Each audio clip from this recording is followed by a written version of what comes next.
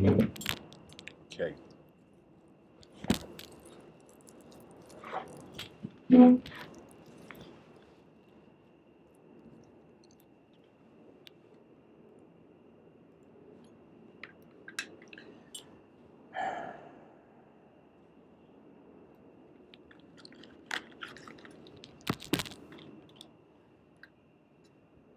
All right. Hello, everyone. Welcome to tonight's episode.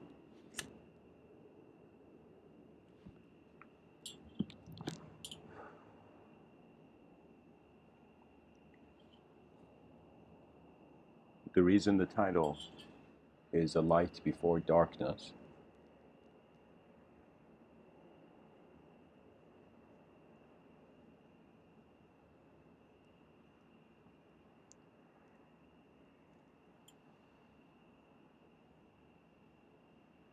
is because there is existence here before non-existence. And so if you look in the subtitles, I've written Socio-Existential Dynamics is because I wanted to wonder, I was wondering about kind of society's movement in this existential reality. I wondered about who we as people really are and if we have accepted stories too soon as a civilization. And to be honest, I had endeavors, like certain inspirations to try to change things intensely.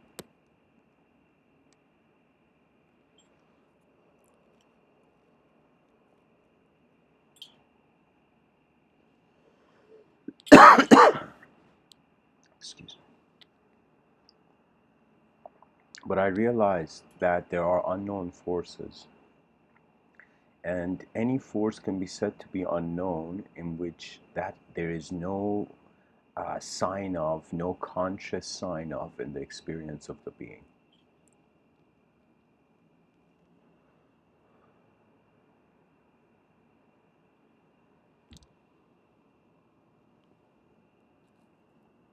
Carl Jung, he has this quote where I'm very fond of. I find it's one of the most spectacular sentences ever.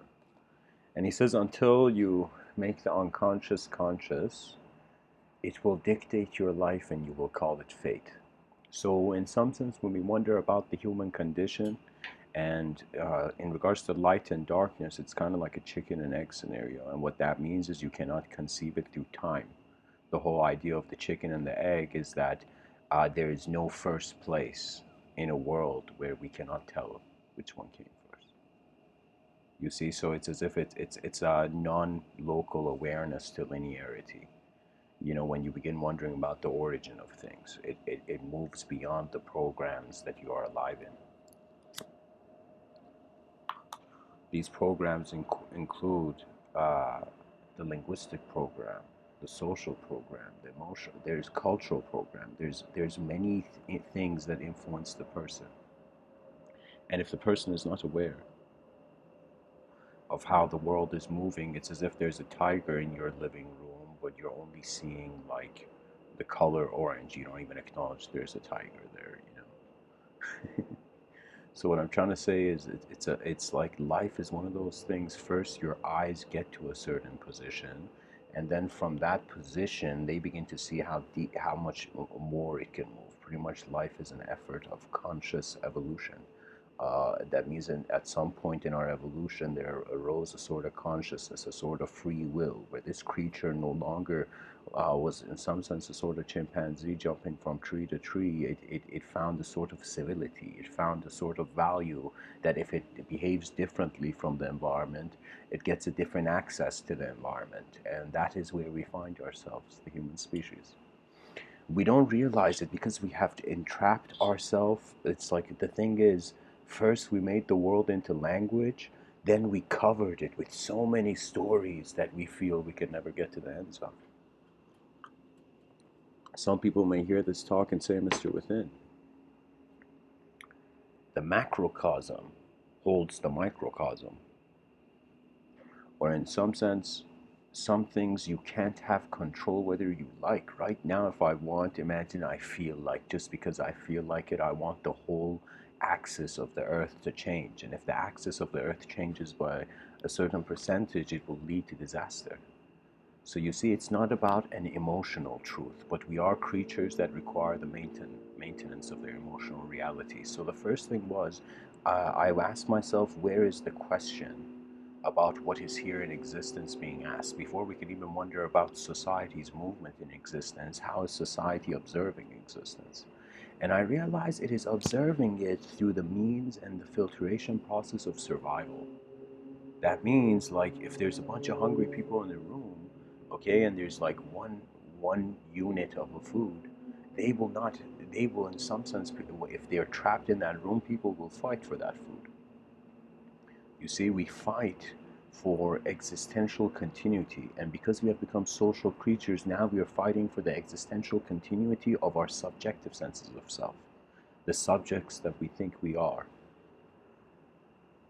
And so this is the unique thing, that because we want no longer just our body to continue, but we want the idea of ourselves to have value. And here's the unique thing, because in the first person point of view of the human experience, thoughts and phenomena come and go. You could even be doing the same thing every day, but the moment is completely different. The way your attention is waking up to the day is different.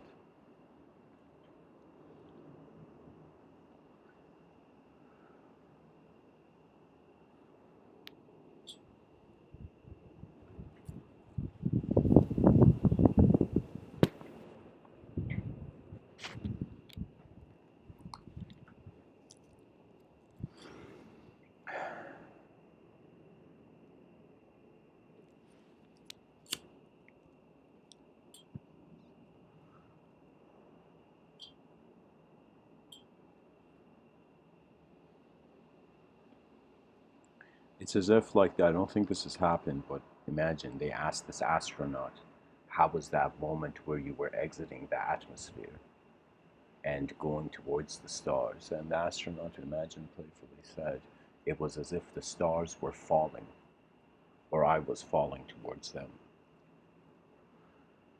You see, we seek the beyond instinctually. We get, especially our ideas, the ideological program of one's existence. The whole, guys, my whole approach to this is that I have, in some sense, realized the world has been divided in our minds. It has been divided into many categories. And we choose, if we cherry pick certain ways that we feel the world can be accepted, and then we function. Now, when we wonder what is important, we cannot just give the power, we cannot give the intellect just the steering wheel only. You cannot just let your emotions drive you. You cannot just let your thoughts drive you. You cannot let your past drive you, because the thing is, you are driving them. You are holding the steering wheel, which I prioritize as the attention within, or in some sense, I've spoken about as the witness, as the observer within. This sort of kind of acknowledgement of the moment, that the moment is the moment before you define it. It is an instantaneous freedom of the world from the mind of man who was conditioned to program it and just keep going. For me, it's as if, like, I ask myself, I've had very kind of playful moments, because I'm a bit of a my imagination has silly twists in it. And I have had moments where I've asked serious questions, but my mind has playfully animated them. And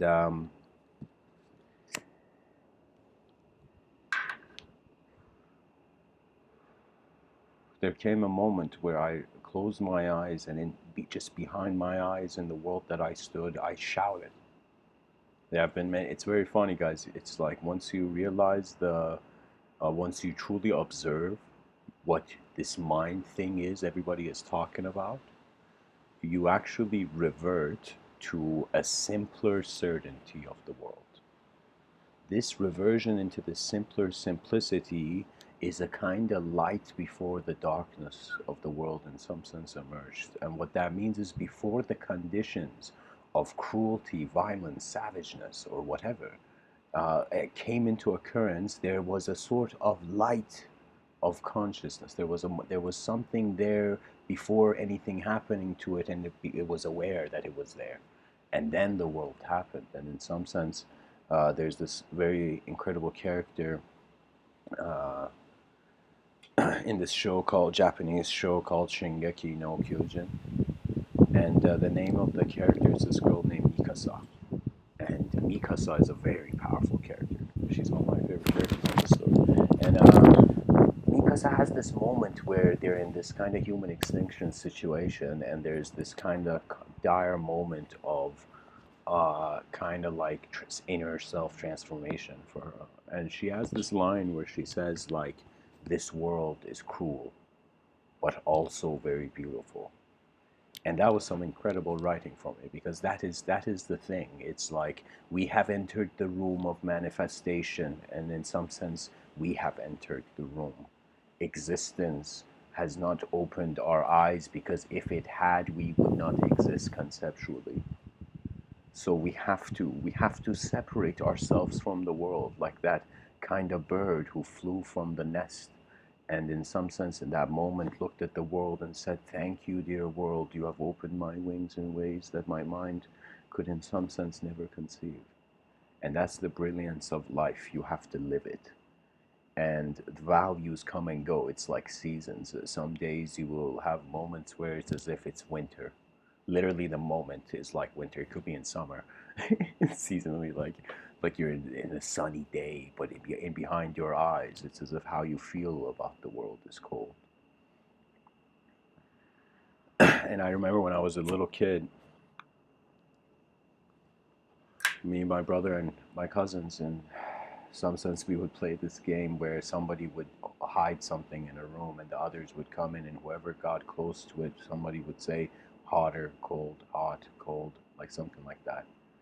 And it's kind of like that, that life's temperature changes. And so what that means is the texture of the emotional, how the emotions arise due to how the attention moves, is like emotions. I could leave it for another talk, but you can say emotions tend to come from moments of character and moments of change to a character.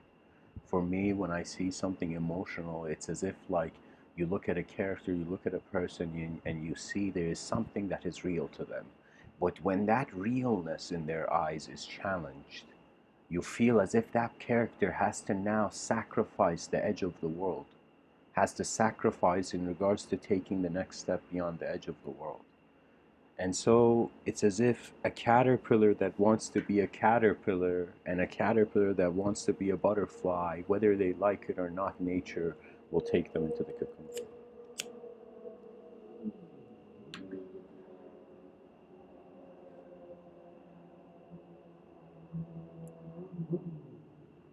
I dwelled. I dwelled in a conceptual exploration of the world. There came a time where I wanted to find the greatest story ever told. And I realized that every person's mind is their own storyteller.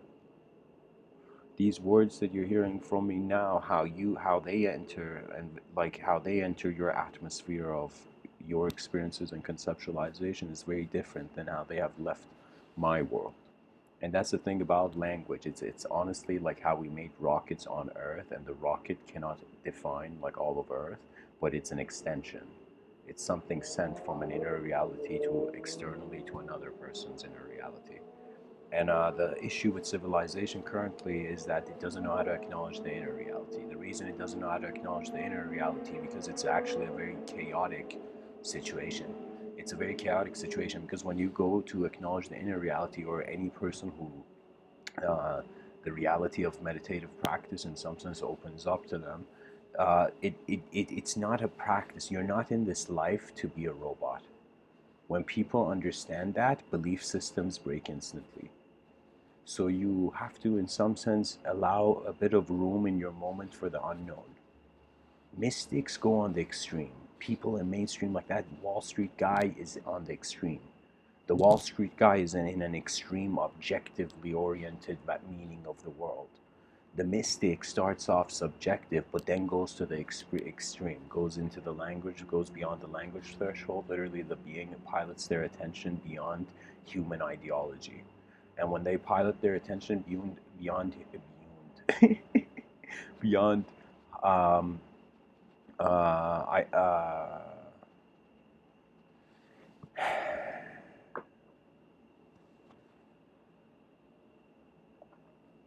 beyond ideas, the world turns in ways that language could never hold.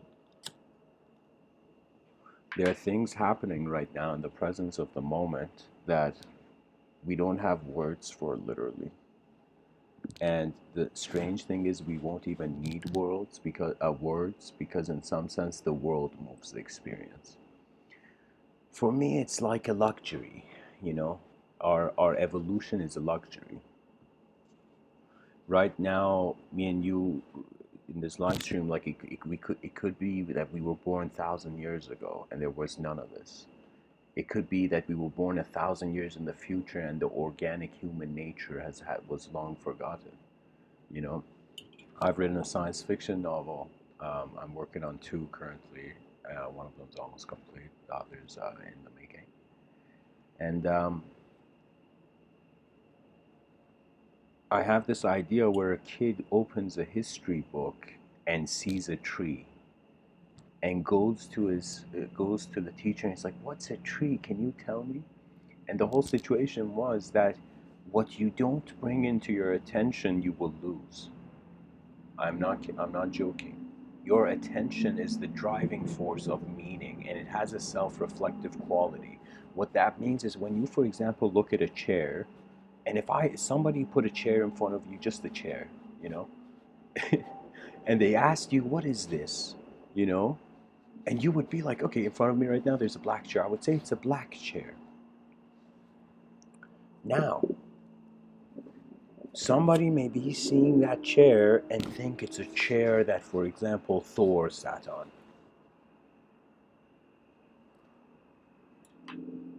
What I'm trying to say is that every person's mind attempts to see something else, yet it is lost in itself.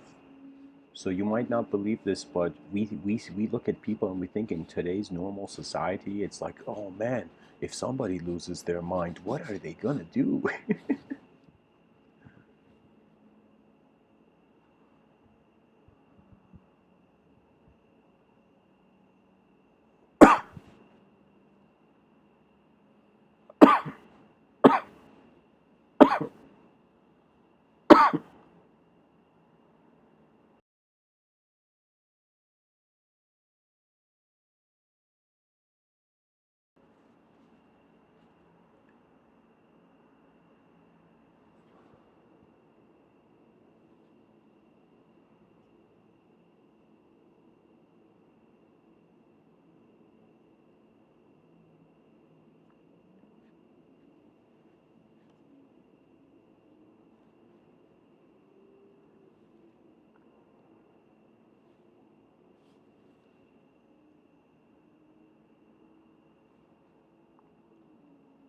There is a silence between the stories of life, where in that silence, one accesses a sort of intelligence that is collective. This collectivity is the only liberating force. So here's I don't want to say scary, but here's the chaotic beauty, chaotic brilliance of life's design. It's kind of chaotic, but it's brilliant. And somehow, through this biological evolution, there has come a sort of self ownership. That means attention is owning phenomena and being phenomena. Now, because the phenomena is asking the question, an existential creature, a creature that exists, is wondering why existence is here, it will eventually become like a mirror. So when you're far away from the mirror, you don't see the mirror. I'm just saying this just for the sake of the metaphor. Just work with me here. The mirror that is distant, the person does not see their reflection.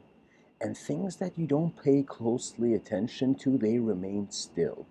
So if you don't go, for example, that Wall Street guy, that Wolf of Wall Street, if he doesn't check to see the values of the stocks every day going up and down.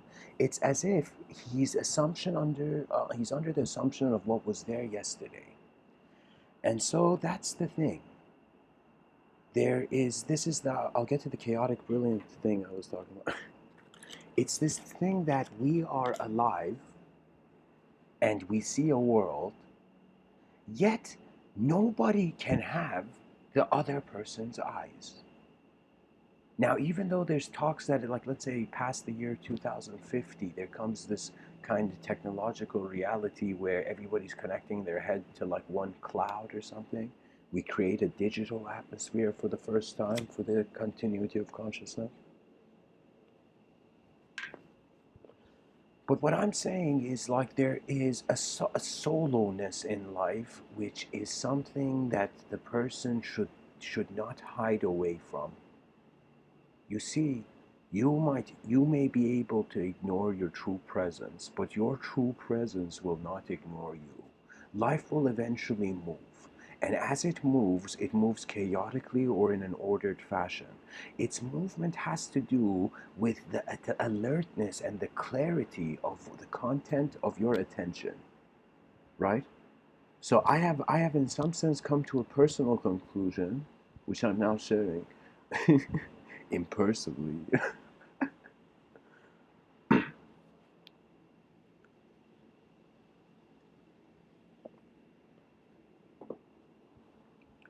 Beyond color and form, the secrets of nature sought after will become the secret. It's as if you will see you're looking for something that was a projection of how your mind moved in the moment. Then you calm down. Then you watch your moment. You learn from the fabric of existence, not just through certain fixed ideology on objective reality. Buddha did this. Like, I'm going to bring Buddha into the conversation. Because Buddha noticed how objective phenomena is empty. Because it's empty, the person is putting into the objective phenomena the meaning. So again, here's a better example I could share. There is a cup of tea, warm tea, that has no steam, and somebody looks at that cup from one side of the room and the other, and one of them thinks it's iced tea, one of them thinks it's like, what do you call it, like hot tea, warm tea, not warm tea, let's say hot tea or something, whatever. But anyways, what I'm trying to say is, different eyes, it's as if we are all in the same world, but none of us are seeing the same world. That's my point. Okay? And so, because objective phenomena is empty, the mind imbues matter with conceptual existence, right? And this is a momentary thing. This is the value of attention. This is why I have to navigate these talks out of too much seriousness for their intellectual value. Because life is not just the intellect. I was blessed to see this dervish quote, where in this dervish quote, it was like, what was it? It's as if like trying to intellect just with thoughts, figuring out the world, is like whipping a dead mule. The thing is, man first is projecting the unknown outside of them. We're like, oh my God, there's so many galaxies and billion trillion stars in our universe, and oh my God, there could be more universes, and oh my God, things could be endless and infinite, and maybe the world was never born. It just existed as a pure eternal phenomena, you know? As if we are a temporal effect of some eternal macrocosmic process.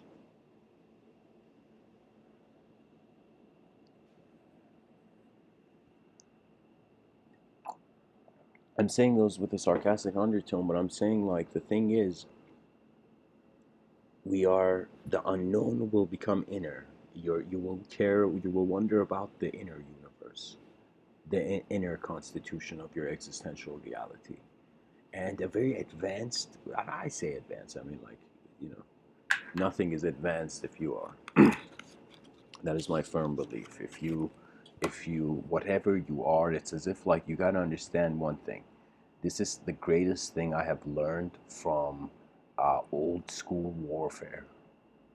Now, like when I say that, it's as if like from certain characters, you can learn life lessons based on how they have acted that just transcends whatever idea is fed to the person.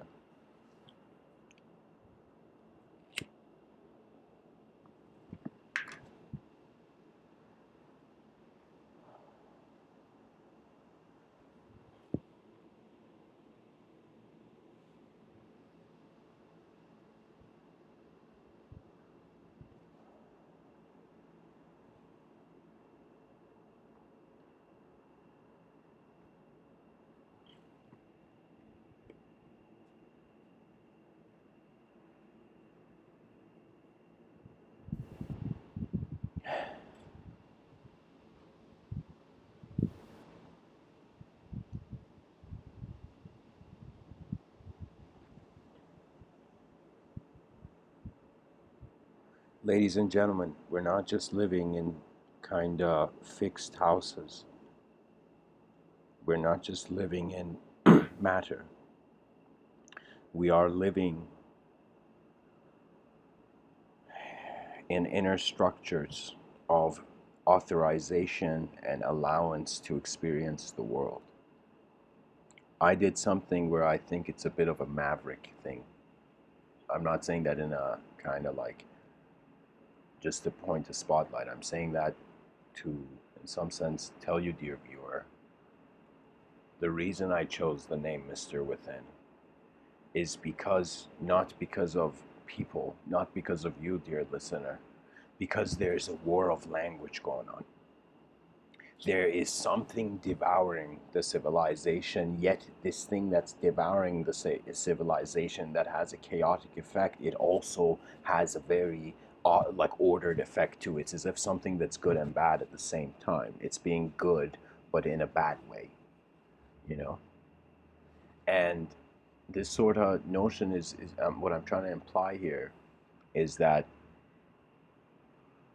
just like how you pick up a paintbrush, your attention picks up reality, and your journey through the day before you sleep is how you are drawing the moment. And I chose to free myself from the shackles of ideology, not because I'm trying to be rebellious or anything. That's not it. Because I realize we're on a rock in the middle of nowhere. Just like how the caveman created fire, the caveman created every symbol the mind has ever brought forth.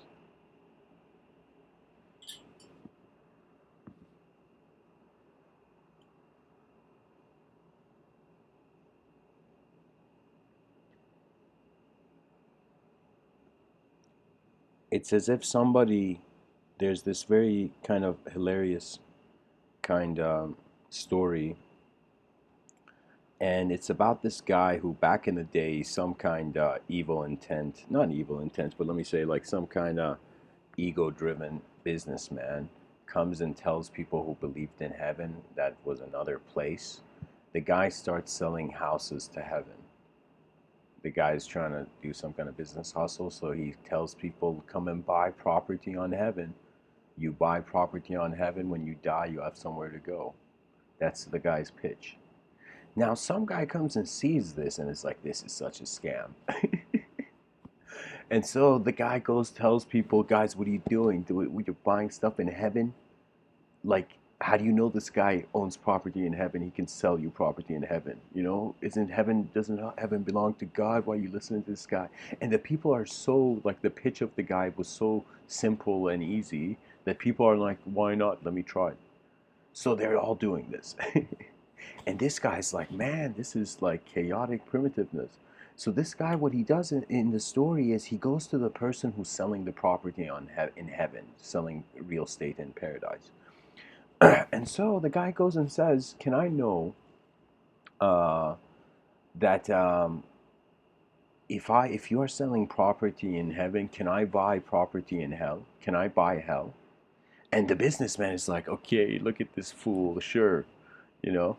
And the guy says a very low price, you know, because nobody wants to go to hell. The real estate value of hell was like nobody wanted to go there. It was cheap. So this guy's like, okay, for the team, I'll take one for the team. He buys hell. He buys hell, and then he does something incredibly smart. And he goes to all those people who were lining up to buy property, and he says, "Guys, I just bought hell, and I'm not letting anybody in." And everybody's like, "Yo, we don't need to buy any real estate in heaven, in paradise," you know?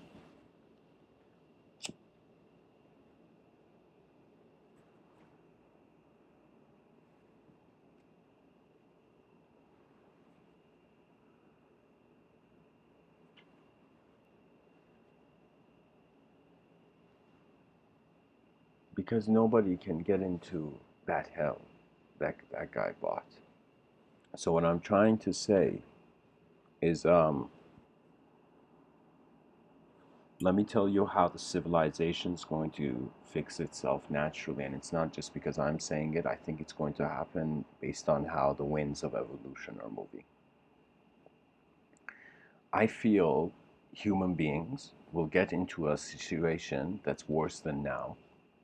And when we get into that situation as a species, our whole civilization gets into a situation that's worse than now, it's as if this giant chaotic force is hitting this small ordered force. So what I mean by that is that, imagine there's this kid, and this kid is getting bullied in school, and the bully is a couple grades older. But this kid has an older brother that is the same age as that kid and stronger than that kid. Now imagine this. Imagine that bully that is older than the first kid is being the super chaotic forces of mankind's inefficiency and nature's consequences, all bundled up in how our civilization can either turn off the light itself or the light will be turned off by nature. Okay? So that's the kind of bullying metaphor I'm using. So we cannot tackle it. We as a civilization literally are all acting like little children. I am telling you, even the greatest professors on this planet, they are little kids.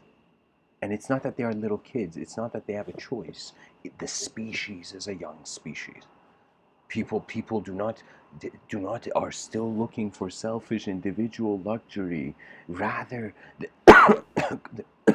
rather than collective unselfish responsibility. Do you know what that means?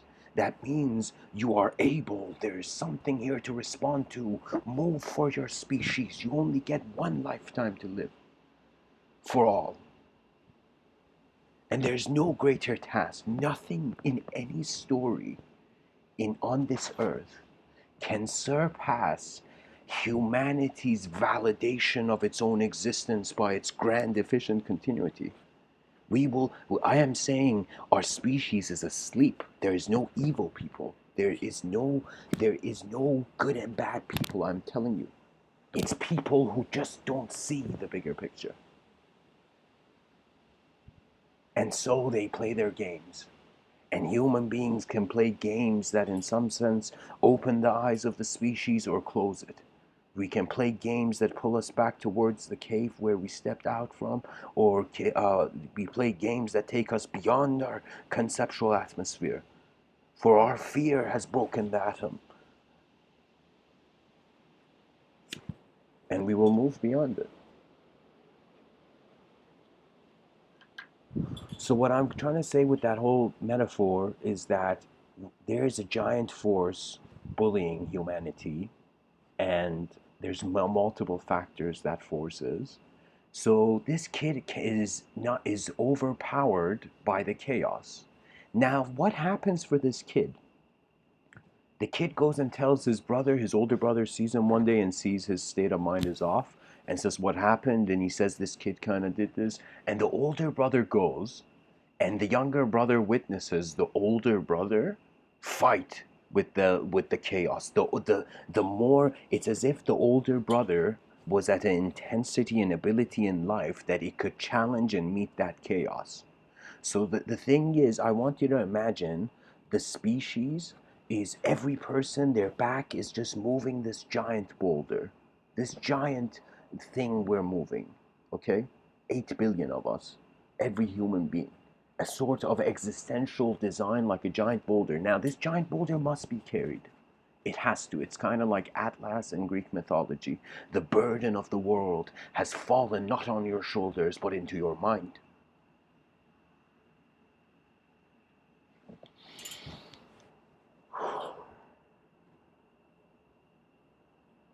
The barks of dogma can be heard, yet the command of clarity is louder. The thing is, people are so disempowered psychologically because they expect the world to be in a way where it isn't now. And based on that, they don't see what is happening now. And it is sadness. It is mass sadness that we think we are an evolved civilization. We're playing costume games. I am telling you.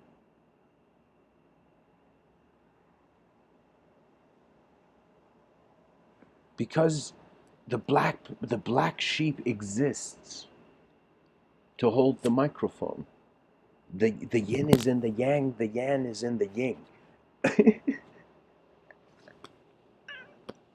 The yang is in the yin, okay?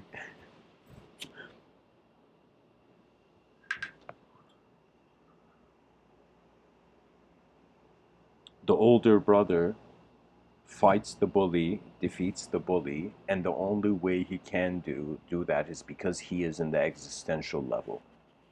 And our species is young. Excuse my language, but young AF, you know? Extremely, we are like toys. Our attention as human beings are like toys. Literally, they put something in front of you, you get used to it, they take it away, you think hell is there. You suffer. Just because the world didn't listen to your mind, you suffer and you don't care for it. And there's some, I'm sorry to say this, but there's some incredibly foolish human beings on this planet that just because the world did not listen to how they wanted the world to be, they fought the world. That's dictatorship, you know? When one person is trying to in some sense make the world only what they see. I find it's not like that. Our minds are not here to just look at their own glow. That's a excuse, like, okay, whatever, I'll say it. Like, if you're just seeing yourself in your life, you're stupid. Because there's more than yourself here. More than just the intelligence of your beliefs. And the species has to, in some sense, retaliate. We have to, in some sense, just like that scene where the commander and the general in the army, where they're all holding swords and it's like kingdoms are at war.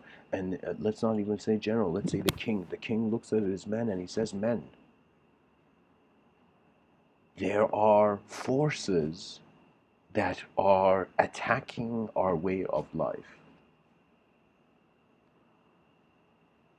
You see, it was like war was very intense. But anyways, what I'm trying to say, it's like you have a vision.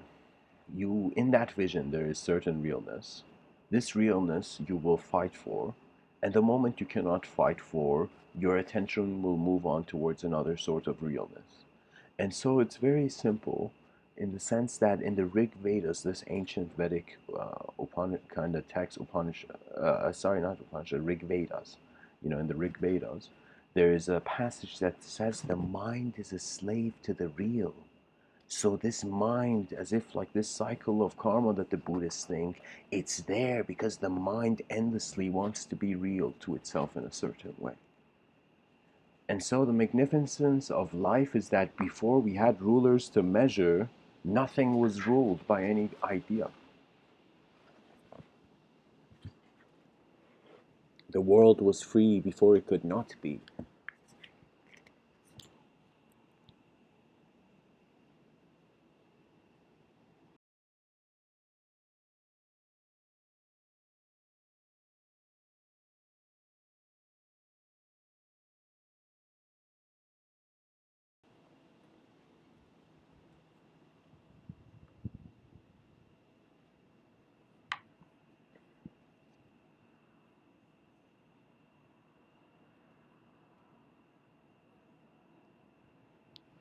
So let's see how we can, in some sense,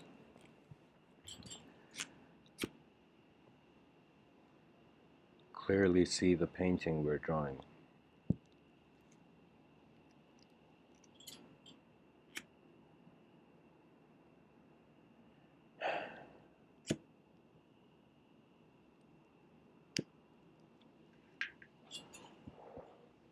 Meditation can be said to be giving your free will a break from having to be something all the time. So when we have this attention that objective phenomena is imbued with content and meaning, with a conceptual existence through our attention, what that means is the door of knowledge is your attention. Your attention is receiving everything. So people who don't study their attention but then try to study something in this world, they will get tired out quick. There's a sort of wakefulness that you can attain where it is in this ultimate instinctual level where your animal instincts are not being moved, like your animalistic body is not being moved by a free will that thinks it's an animal or thinks it's not an animal. Language is a technology. It shouldn't be used all the time, you know. You navigate through it. So the person looks at existence, and due to the collection and accumulation of various experiences into the individual storification process, it's as if you're building yourself with your experiences, and the story of your life is either subconsciously for people or consciously changing. For me, it's as if I had to step out of the inner universe. Everybody is in the inner universe at first. They think they are seeing the world. They're not seeing the world, they're seeing their world.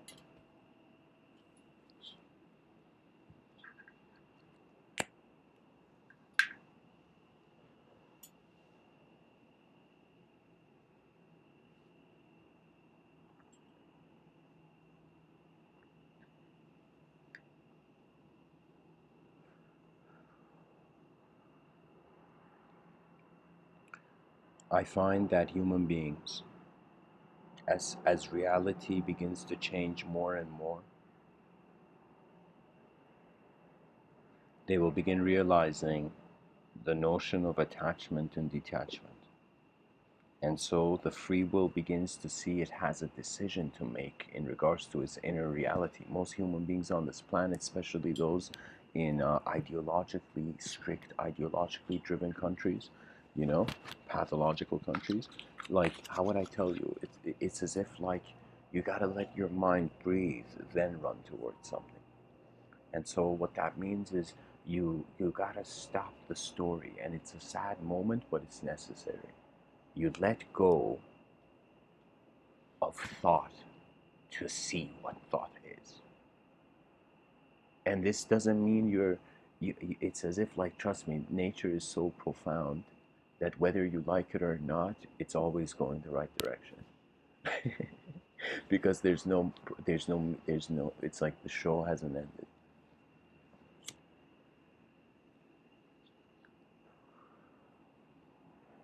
So society will change its behavior the moment its experience of existence is different.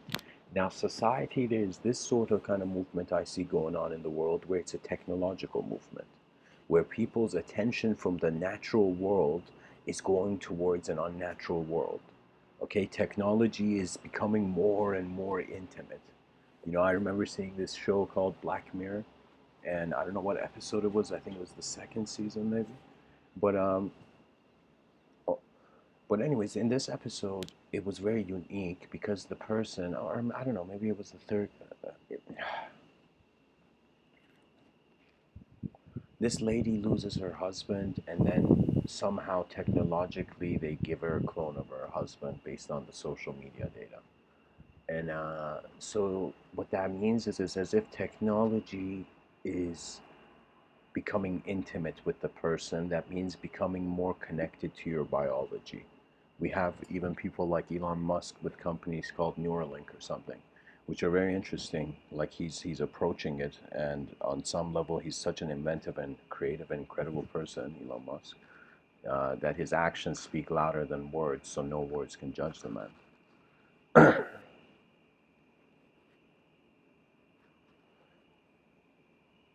This relationship with technology and this relationship with the natural world will bring the person into a crossroads. You will come into a moment where you have to decide where the value of the world is. And if it becomes digital, then you will, how would I say it? It's as if your body, your ego will want you to have the ability of computers. So you would want to change yourself technologically. But there's a sort of grace to nature. And every person decides where they walk, of course. Some people hold roses but walk into dumpsters.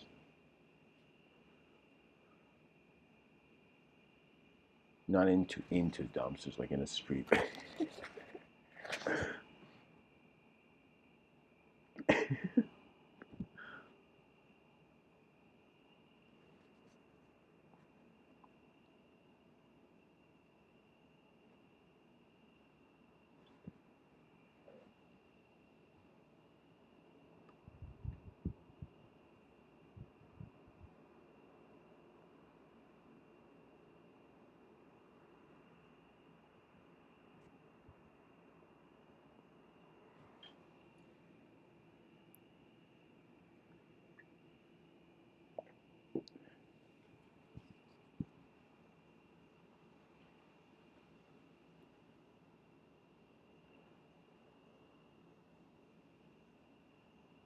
You know, the concept of hope has always fascinated me because the overall picture of human existence seems like even scientists say 99.9% of species goes extinct. So what that means is that because we're creatures that have individual stories, life will come across as a performance. And in ancient cultures, they were way more performance oriented rather than kind of drooling for future success. They were living their lives, undisturbed. And civility has brought us to something where it's very unique. I gotta say this because in 2019, it's not just technology that's coming more closer. It's relationships with just the chemical phenomena of the planet, and there's certain people who in some sense they out like when you go look at Native American uh, metaphysics, it was inspired out of them like having a relationship with nature where like I don't know, they would take ayahuasca and the guy would have a vision quest of some sort and their life would suddenly have meaning. So, on some level, it just has to do with the contentment of the story of the moment, and then you find yourself in observant clarity, just clarity of attention.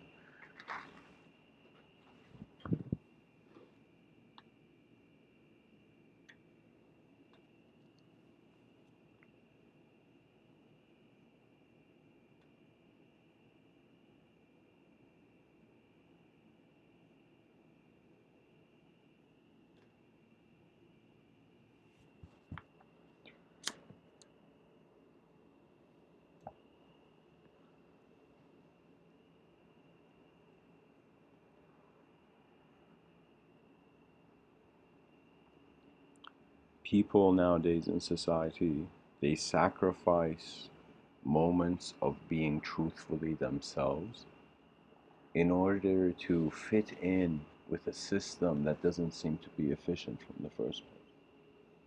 How society should be restructured is that the value should come to the mind. We should no longer see people as bodies, in some sense, just purely bodies, but we should see them as minds.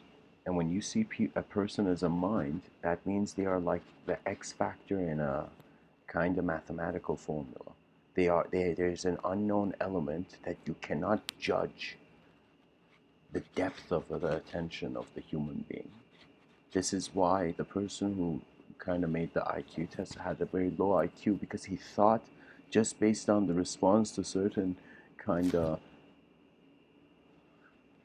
mathematical kind of challenges, that the intelligence of the person could be known. Like, thank God, like Jesus Christ, you know. It's one of those things where it's a dynamism. So we are looking at movement. We're studying not just the movement of people, we're studying the movement of the world. This is why a lot of ideology and mysticism comes to in the educational system as the upper, like as the end of the road to a lot of academic approach to what truth is, right? For me, the academic approach to truth is just calculated. That's it. The attention likes to calculate things. That's fine. But sometimes when you believe something you've calculated with a limited instrument, you cannot generalize. And because we want to have our moments to have value, we tend to generalize. But there are certain moments where the general's eyes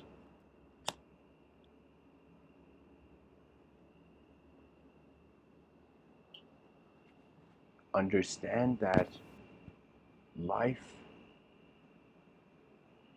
is kind of like a chessboard. With certain, the chessboard is the laws of the universe and how matter is keeping itself, how manifest reality is present. This is the laws of the chessboard. And then part of the laws of the chessboard is also the existential design, the evolutionary position, what kind of pieces there are on the board. And then it's just a game. Every day of your life comes to you as just journeying, a sort of tunneling through various moments of phenomena happening. Yet, if you looked at it before time existed, guys, isn't it strange? We were experiencing everything at once, as if there was only one moment. The moment had not divided itself into a past, present, future yet. As if we didn't have those words yet. And so, what this means, there was a sort of inner meaning. This is why certain scholars on language say there was meaning before there was language. That means like the guy wanted something, he's like, ooh, like the caveman, you know, like made some kind of noise. I don't know what caveman noise would be like, you know. I don't think we even have the same voice box to even replicate the same texture of sound, quality of sound. But anyways, the caveman one communication due to the individualization of the biological self. There came the individualization of the subjective self. The individualization of the subjective self had to create the world to have a relationship with it. And the chaotic brilliance is that it's empty, you know. This is why Zen masters drink tea, because they understand that at the end of it, at the end of life's journey, the cup is you've drank the life. So it's all about contentment, but contentment that arises from your sincere experience of realizing your value is not limited to what you've heard or what you've thought. Thoughts come and go. As Sri Ramana Maharshi says, let what comes come, let what goes go, see what remains.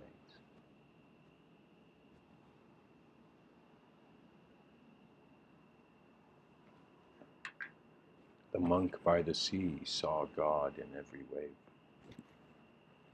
And when we sleep, the mind, in some sense, gives off a different kind of quality of waves.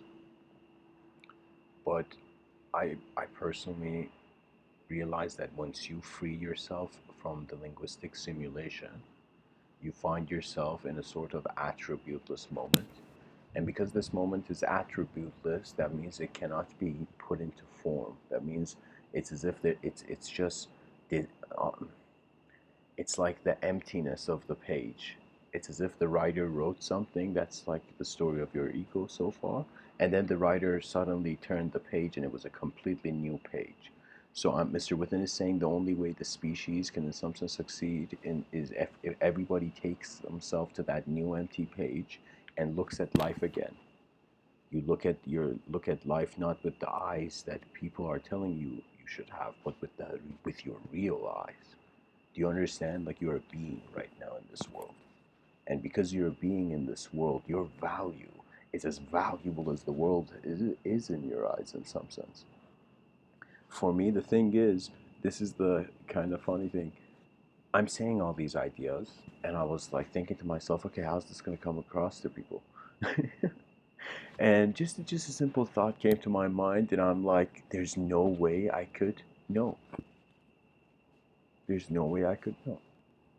And so I realized because it is a sort of factor of the unknown, you have to have instant contentment with it. There's so many. It's like I've heard this. There's one of the most incredible. How can I say it? It was this statement that said, I don't know who it was, which author or where the quote kind of was derived from, but I remember seeing the quote was like, everybody is fighting a battle war you cannot see. Everybody is in a war you cannot see. And I thought that quote to be remarkable because what it means is everybody is suffering in their own way.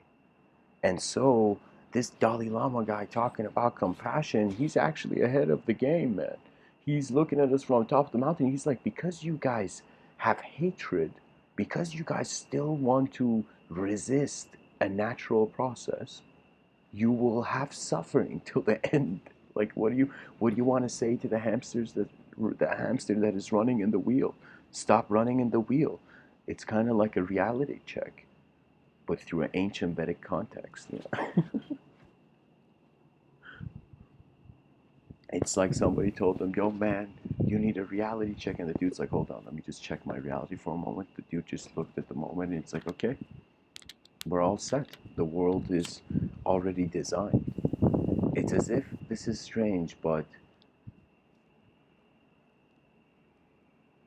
the past cannot be the past, and the future cannot be the future in a changing world. In a changing world, there are no right answers. Because the moment you come to give the right answer, you see the world has changed. And that has been the greatest teaching. This teaching, it's something I didn't learn in the classroom. No teacher had the audacity in all of my educational system to kind of look at me and be like, listen, the value of your life is in how you see your life, how you see life. And it has to do with the world. So when you realize it has to do with the world, this is the unique thing. There's a man named Kabir where in Indian culture they hold him in very high regard because he was kind of like an enlightened guy, you know, and he was illiterate, and people are like, yo, this guy can't read, but he has seen the ultimate. And they began to see the realization of the ultimate does not have to do with how the manifest is manifest. It has to do with how the unmanifest was here in the first place. So people who fear emptiness is because they only identify with an objective sense of self. This is why emptiness is spooky. Like, oh shit, it just stops. You know, there's a discontinuity of the projection of life.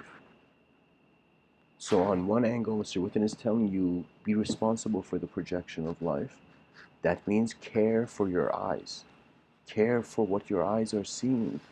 Because why else would they be seeing it? It's as if there was a guy who, in some sense,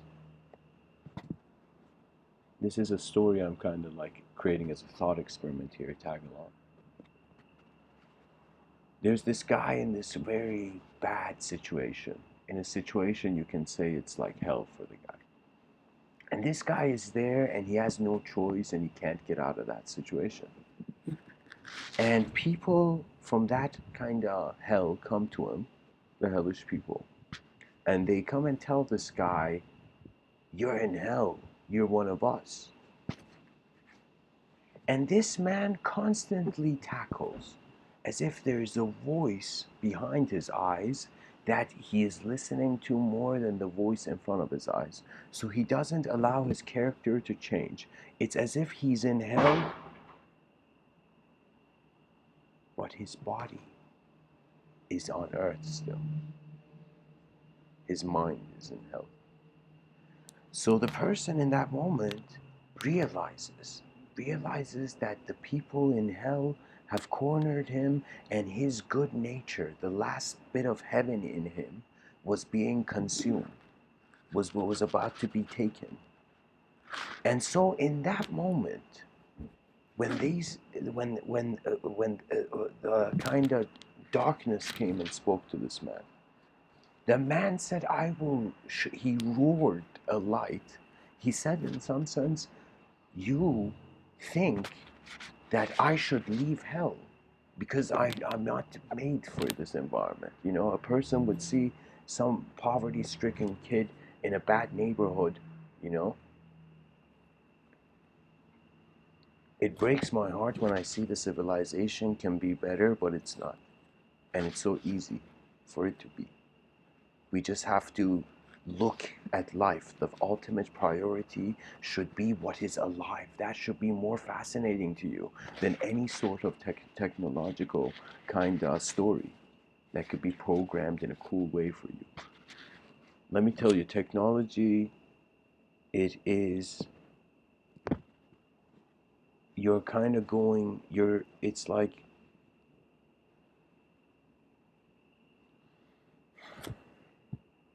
anyways, let's continue with the story. This man looks at that sort of hellish crowd and tells that hellish crowd, you think I'm going to leave? I have come to hell to build paradise. The man who came to, in some sense, conquer hell. And what that means is it's a sort of battle of the mind with all the resistance that attention originates towards itself. And it has to do with its simplicity and complexity. If you notice, any person who has stress, depression, and all this stuff that I have no idea why there is medical treatment for it, because it's all ideological issues. So the thing is, like, the person is telling themselves a story that is so complex they don't know what to do with it. And so the remedy is to move into a simpler dimension. Get good with the simple, and the complex will be easier. Because all complexity arises from simplicity. When we saw martial art masters who were like the master of their art, there's someone named Moriya Oshiba. Moriya Oshiba, let me see if I can find this quote.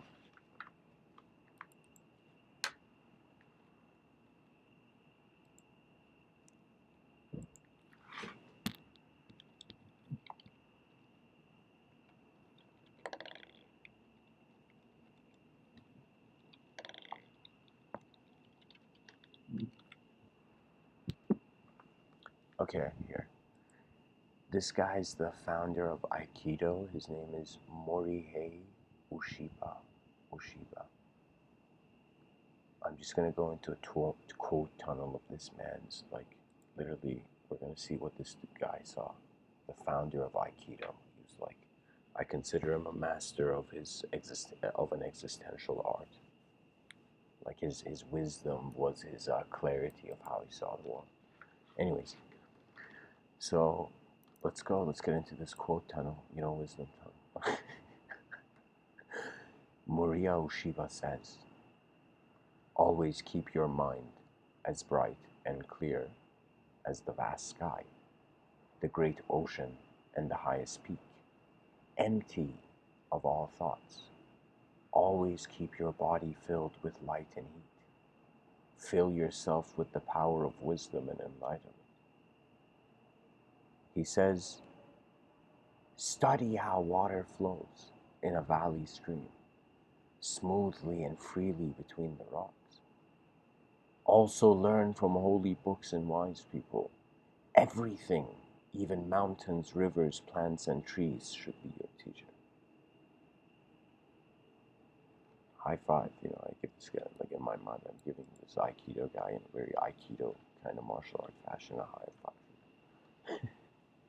He says loyalty and devotion lead to bravery. Bravery leads to the spirit of self-sacrifice. The spirit of self-sacrifice creates trust in the power of love.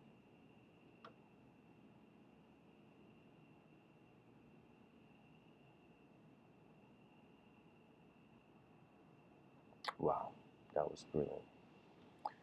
Brilliant. And okay, anyways, Morio Shiba says everyone has a spirit that can be refined, a body that can be trained in some manner, a suitable path to follow. You are here to realize your inner divinity and manifest your innate enlightenment.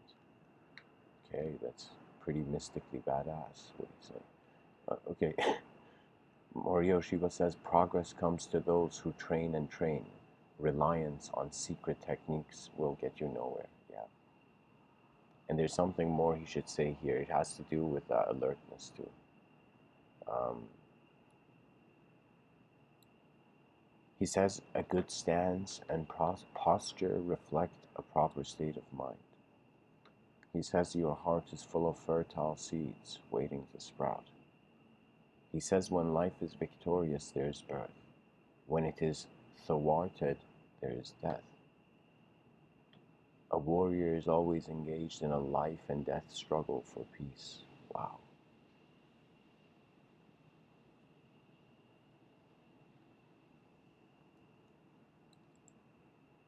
He says opponents confront us continually, but actually there is no opponent there.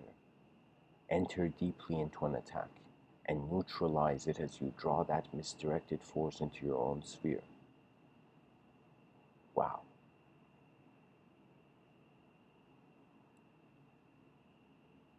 Morio Shiba says the divine is not something high above us.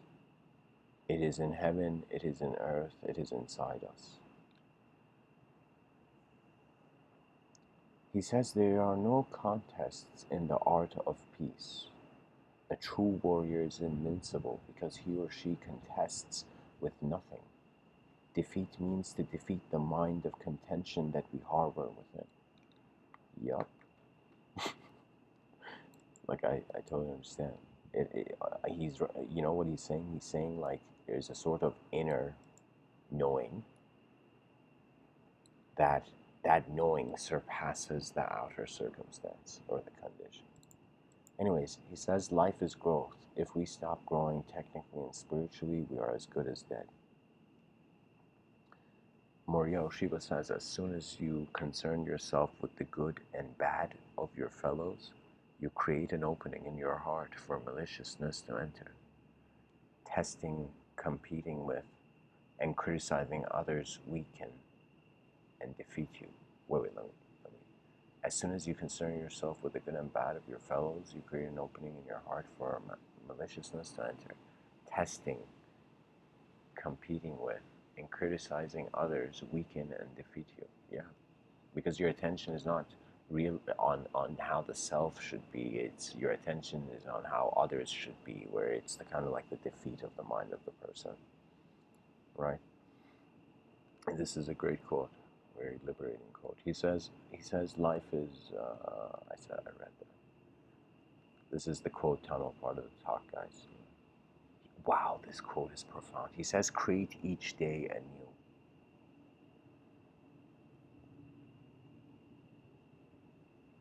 He says, do not look upon this world with fear and loathing. Bravely face whatever the gods offer. He says, those who are possessed by nothing possess everything. All life is a manifestation of the spirit, the manifestation of love.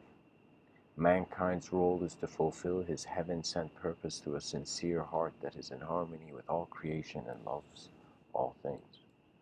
All the principles of heaven and earth are living inside you. Life itself is truth, and this will never change. Everything in heaven and earth breathes. Breath is the thread that ties creation together. I'm pretty sure, like, medical professionals would also say the same thing. You need to take care of your breathing. He says the heart of a human being is no different from the soul of heaven and earth. In your practice, always keep in your thoughts the interaction of heaven and earth, water and fire, yin and yang.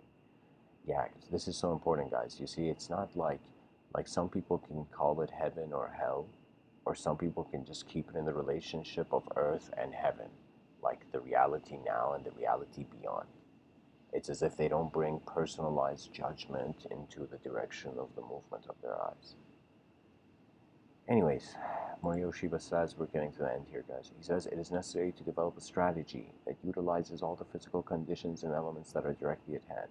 The best strategy relies upon an unlimited set of responses. Wow.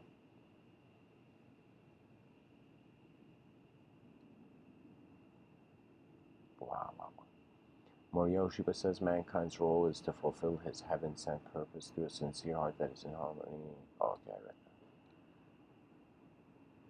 He says, the art of peace I practice has room for each of the world's 8 million gods, and I cooperate with them all. The God of peace is very great and enjoins all that is divine and enlightened in every land. If your heart is large enough to envelop your adversaries, you can see right through them and avoid their attacks. And once you envelop them, you will be able to guide them along the path indicated to you by heaven and earth. Wow.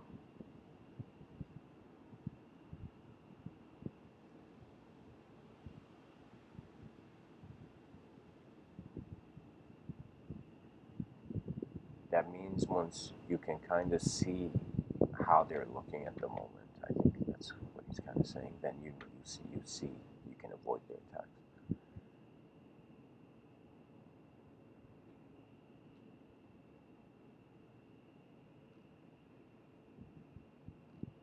He says, a life is a manifestation of the spirit, the manifestation of love.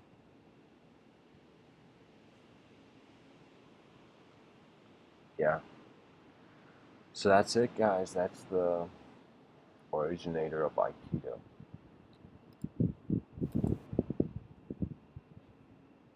If he was here and you know, he'd probably be like, I'll be like, I don't know how to animate this.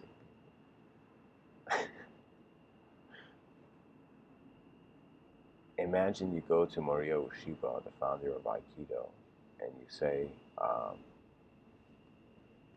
can you teach me true Aikido? And he says, all right, kiddo. You know, sorry guys, that was a ridiculous kind of. Anyways, the reason I shared this guy's quotes because I had a notion of them before. His insight is on a level where it's as if the way he's seeing the world doesn't extract problems from the situation. It's like things on a design level are either just moving in more faster ways, which is like things change quicker or they change slower. In this life, being able to acknowledge change is kind of like wisdom. Like, I don't see how there could be any greater wisdom than that. So anyways, guys, thanks for tuning in. I hope this was helpful. This socio-existential dynamics, it's kind of like society is existing now. It's moving some direction. Most people are living for themselves. They don't even care for the greater story of the species. It's as if we've stopped caring because we've felt like there's no point. And humanity has to rekindle its kind of approach.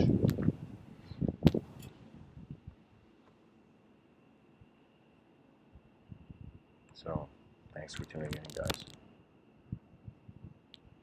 The world behind our eyes turns in multidimensional ways.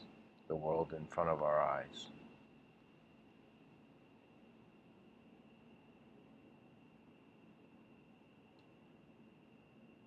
It's like the singularity of the moment.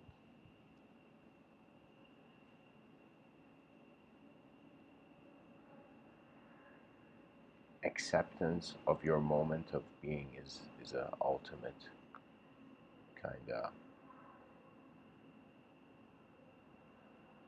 effort. Yeah, that's the word I'm looking for. Acknowledge your moment of being. Then you'll see the whole kind of your eyes will wake up beyond your beliefs. Much blessings and namaste.